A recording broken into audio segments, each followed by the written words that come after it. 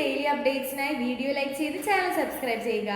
ഇന്നത്തെ question all Indian institute of medical science pharmacist exam 2019, Delhi subordinate service selection board exams 2021, അതുപോലെ തന്നെ PSC mock ടെസ്റ്റുകളിലും അതുപോലെ GPAT 2020 repeated ആയിട്ട് ചോദിച്ചിട്ടുള്ള ക്വസ്റ്റ്യൻ ആണ്. സോ നമുക്ക് ഇന്നത്തെ ക്വസ്റ്റ്യനിലേക്ക് പോവാം. Which of the following is used as a respiratory stimulant in case of respiratory depression?